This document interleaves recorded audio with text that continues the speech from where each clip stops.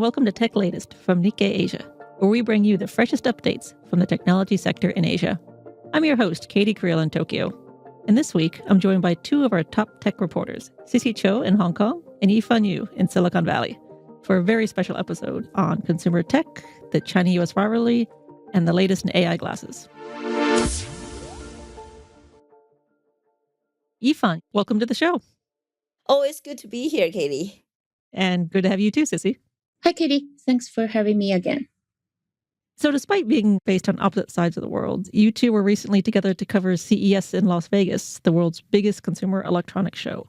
And this is something you two have covered pretty regularly for Nikkei Asia. So how was this year's edition? As crazy as previous years? Cissy? I would say it's always super busy during the CES. And this year, I think there's something a little bit different with the Chinese companies.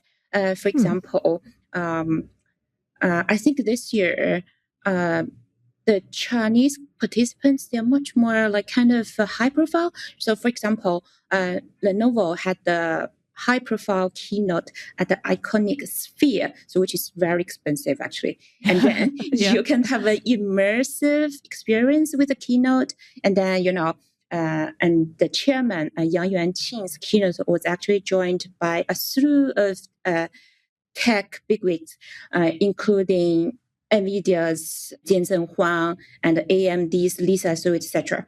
And also, I noticed something interesting is that the Chinese home appliance maker, Dreamy, had a huge presence. So they had a huge booth. I heard that a lot of people were actually very shocked.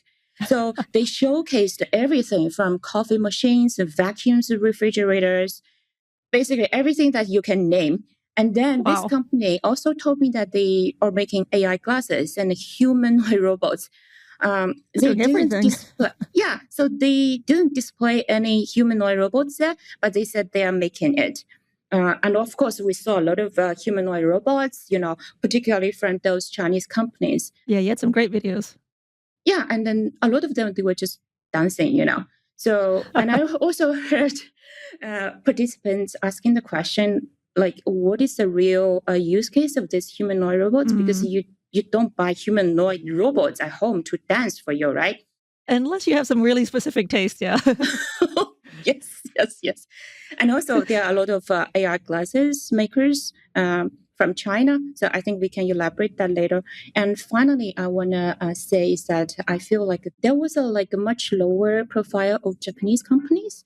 For example, Nikon didn't even attend CES. You remember in previous years, every time we went there, we can see their eye-catching yellow shopping bags bearing their logo at the entrance across different exhibition halls, right? I got two of them. And at the airport, you can see a lot of people carrying Nikon's shopping bags. But this year, the yellow shopping bag were replaced by China's Insta360. It's a 360-degree camera maker. The same yellow shopping bag. But I think that's also very interesting because it really shows, the huge changes in the camera sector because the Chinese camera companies doing very well, actually. Right. Very competitive. Yeah. Right. I think in addition to the Chinese comeback, I think this year the CES has becoming more and more like a semiconductor trade show. I've been to CES. This is my 5th or 6th CES. I wouldn't say I'm a CES veteran compared to not a lot of the tech reporters, but I actually see these change of main things of CES quite clearly in the past few times because it used to be people complain, CES has become not about consumer electronics, it's now about autos. But this year we didn't see as many automakers exhibiting at CES. Instead, we see a lot of high profile, basically the biggest keynotes are all are all chip maker CEOs NVIDIA's Jensen Huang, AMD's Lisa Su, and obviously Lenovo. They touch upon the chip sector as well. So I think that also ties into the whole AI wave, right? Because chip makers are the only one who's clearly benefiting and profiting from this so far. So they have a story to tell to convince everyone, okay, this AI thing is happening. It will continue to happen in 2026. That's why they take up so much space at CES this no year. worries about a bubble. Things are fine. Exactly. So I think that's a very clear trend we are noticing at CES this year as well.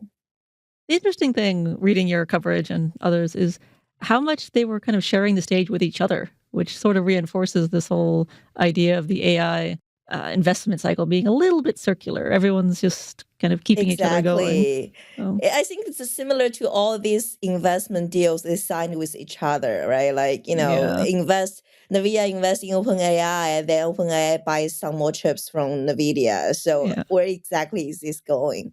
But I think round and Cissy, round. but I think Cissy also touched upon some like more real use case of AI we've seen at CES this year, like humanoid robots, autonomous driving. So I don't see it as a complete AI bubble per se. We do see a progress in terms of real applications. And I think one of the examples we wrote about is AI glasses that's about to take off this year. Right. I remember that we had a bit of AI glasses coverage several years ago, didn't really take off. The whole AI VR headset thing didn't really go anywhere because people actually don't want huge, heavy devices on their face. But yeah, it seems like AI and smart glasses are back. Yeah, exactly. I totally agree with Yifan. And this year we do see like more concrete steps in AI applications in hardware, particularly in autonomous driving.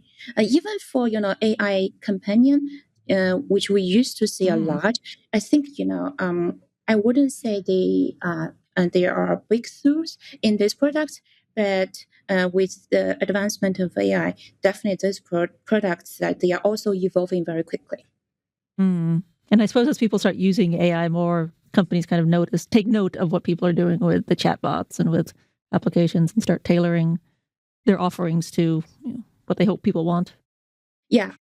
So the big players in AI glasses and smart glasses, obviously many Chinese companies, which we'll get to, but one of the most high profile is Meta, which has teamed up with Ray-Ban, has some very slick looking glasses on the market. And Yifan, you covered their latest product launch. Was that back in September? Yes, it was in the fall. And it was quite a big fuss in the industry, a small but growing industry, because that's the first quote unquote AI glasses that comes with an AI smart agent assistant, but also comes with a display. So you can see on your right lower corner, you can see the maps, some WhatsApp messages, and including some other features like the steps and directions and things like that. It was a pretty, I would say it's not the best launch event because Mark Zuckerberg tried to do a live demo on stage, and basically he tried to pick up a WhatsApp call from his CTO, and the simple task as that he tried 3 times and still didn't work. So Meta's excuse was blaming the wireless connections, says, in the arena, the connection was not good. That's why it didn't went through. But after that, I tried the AI glasses in person. It went better than the WhatsApp call, but still there were a lot of bugs. And I tried to make some, ask the AI assistant some very simple questions like, take me to here. The map just didn't pop up. Or if I want to switch to Instagram, it took me like 10 times, 10 tries to try to open that app and still didn't work. I got so frustrated. Yeah.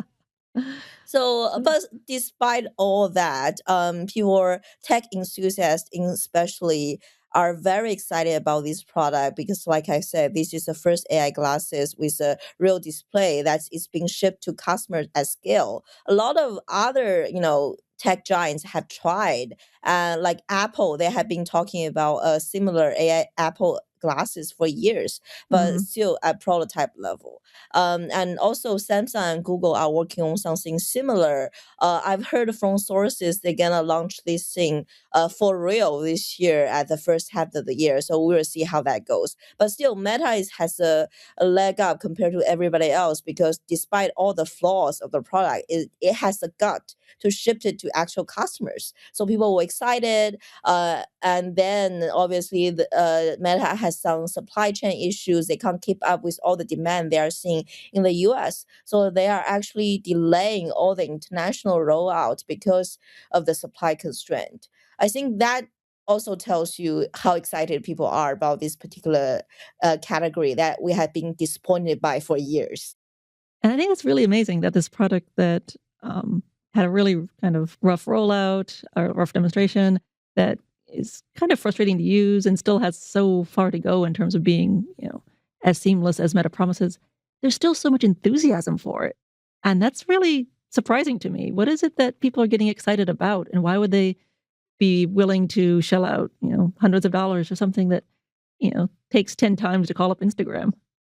The reason why people are so excited about this is because it promised a very futuristic AI future people have been envisioning about for decades.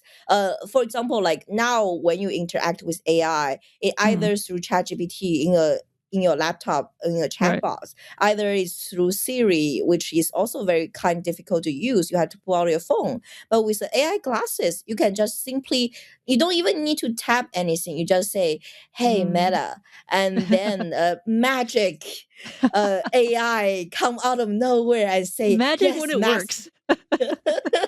Yes, magic when it works. If you call it out correctly, the magic AI will come out and probably do one or two things that it's capable of right now. But you can see the promise, the future it promises, right? Once the AI capability get improved, it probably can do more things than just pull out of your Instagram and reply your WhatsApp calls. I think with the AI agent becoming more capable, the AI glasses will becoming more capable as well, and certainly will sell more.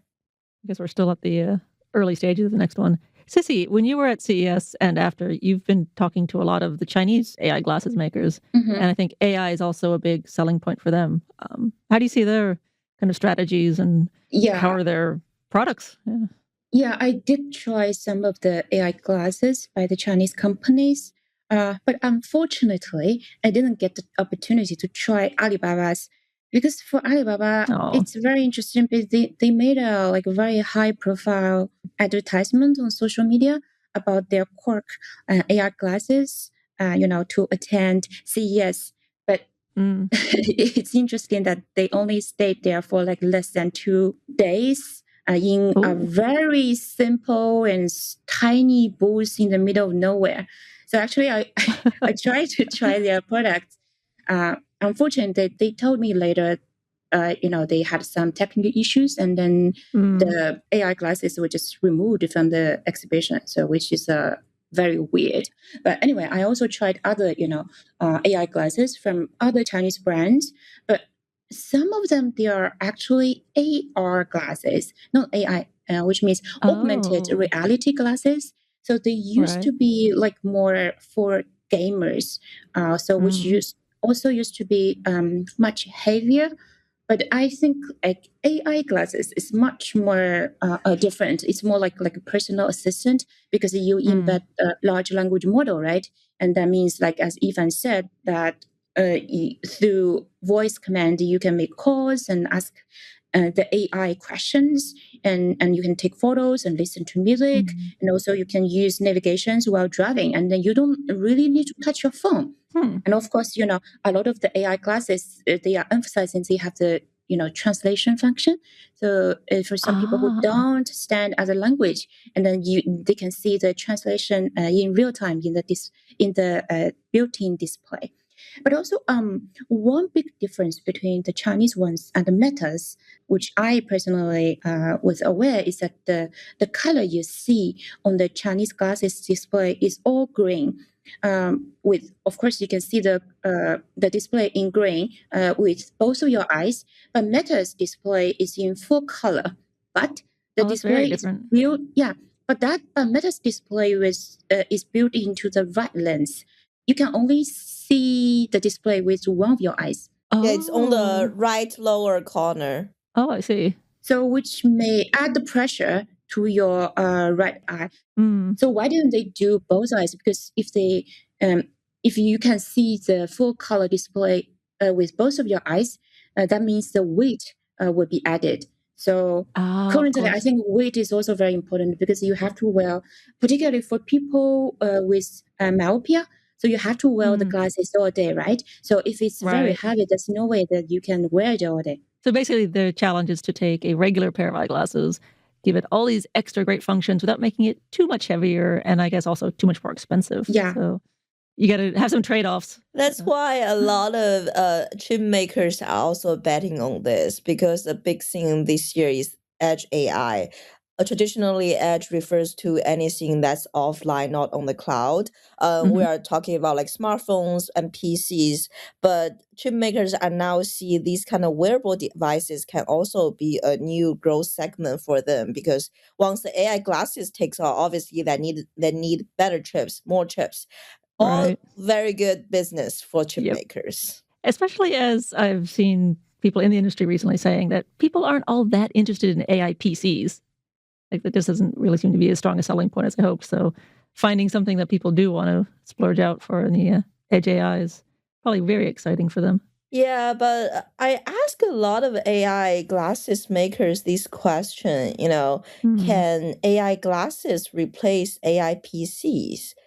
Even the glasses makers are saying no, because they're just so limited by the weight of the glasses. Like you guys said, there's just only so much functions they can compute on edge on the glasses.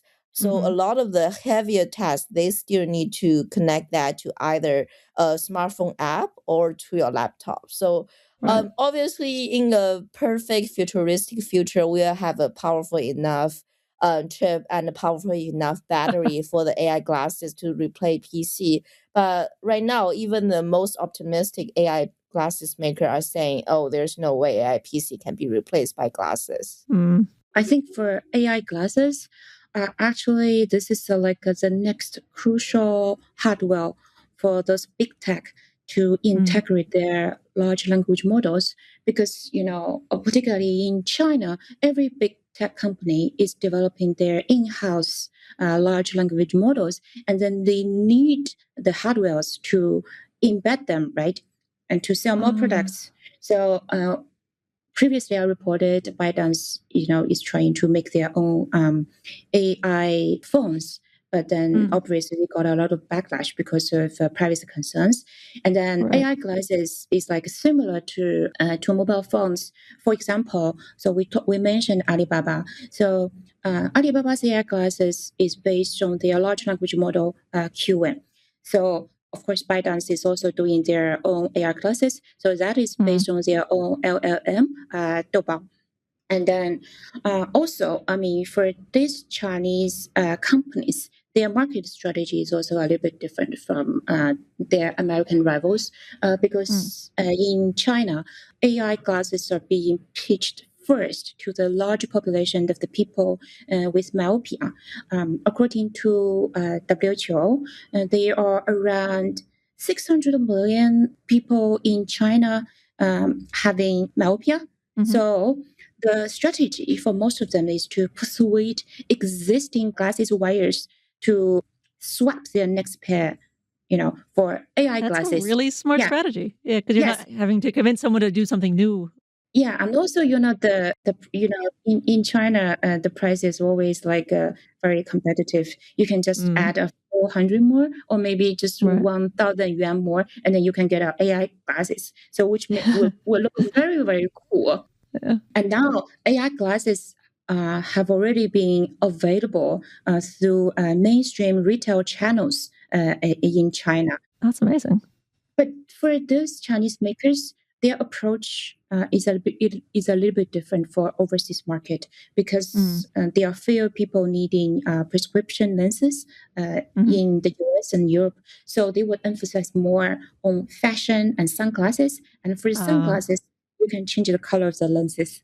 And also, of course, one big difference is the usage of the large language models. So basically for domestic market, so they use open source models like Huan, Doubao, and DeepSeek.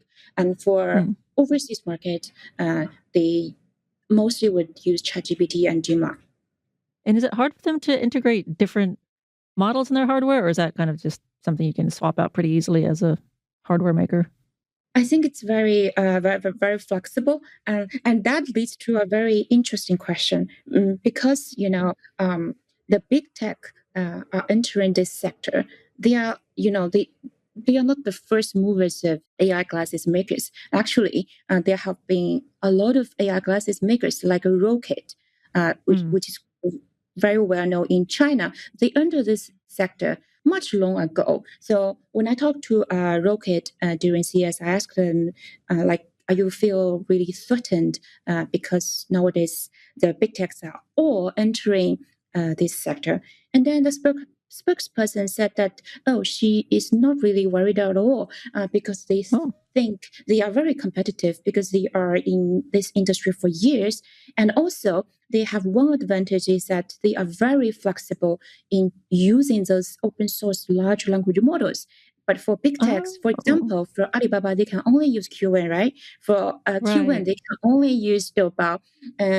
So she thinks that is kind of a constraint instead of advantage. And she also made a very interesting comment. She said that those big tech entering the AI glasses sector is more, out of FOMO because they are so scared that they're going to be left behind. But she is very confident that the AI glasses won't be, the core business sector for these big techs because they will not put the core teams and only AI glasses makers like them would, would try to make the product perfectly. So she's very confident. Yeah, it's more life and death for them, I suppose, than it is for Alibaba. So they have to take it much more, much more seriously. So that brings me to, I think, the question I've been looking forward to the most is, will you two be buying smart glasses? And if you do, what are your kind of big selling points? What do you look for in smart glasses? You want to go first, Cissy? Yeah, I think that's a very good question. I think I may try, but I think for me personally, I have more concerns over the privacy. So I will see, which brand it is and where my data is stored. Okay. That is more important. How about you, Yifan? What are you going to look for?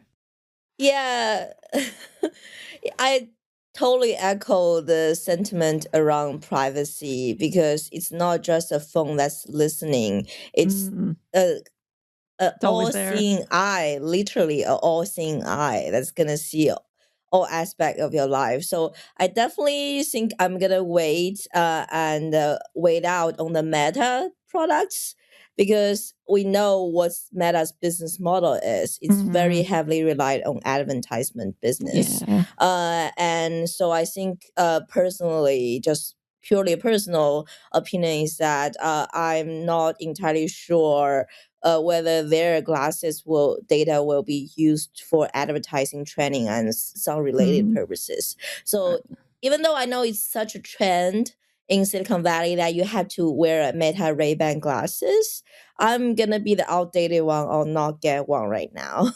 But I'm very curious and very excited for the Samsung Gentle Monster collab. They're gonna come out later this year. Quite fashionable. They're gonna use Google's Gemini model, but that's not the main selling point. The main selling point is Gentle Monster, which really fret your faces, especially for Asians. So I think I'm gonna get that one. More on the fashion side. Yes, exactly. I think I may wait a bit, but of course I will try it out for reporting purpose. But for everyday use, I may wait for Apple's, because I use all Apple's products, and they already have their ecosystem privacy. Yeah, at least you feel like a little bit safer if you stay with Apple. Great. Well, thank you both. And I'm looking forward to reading even more on this topic because I think there's so much more we could delve into.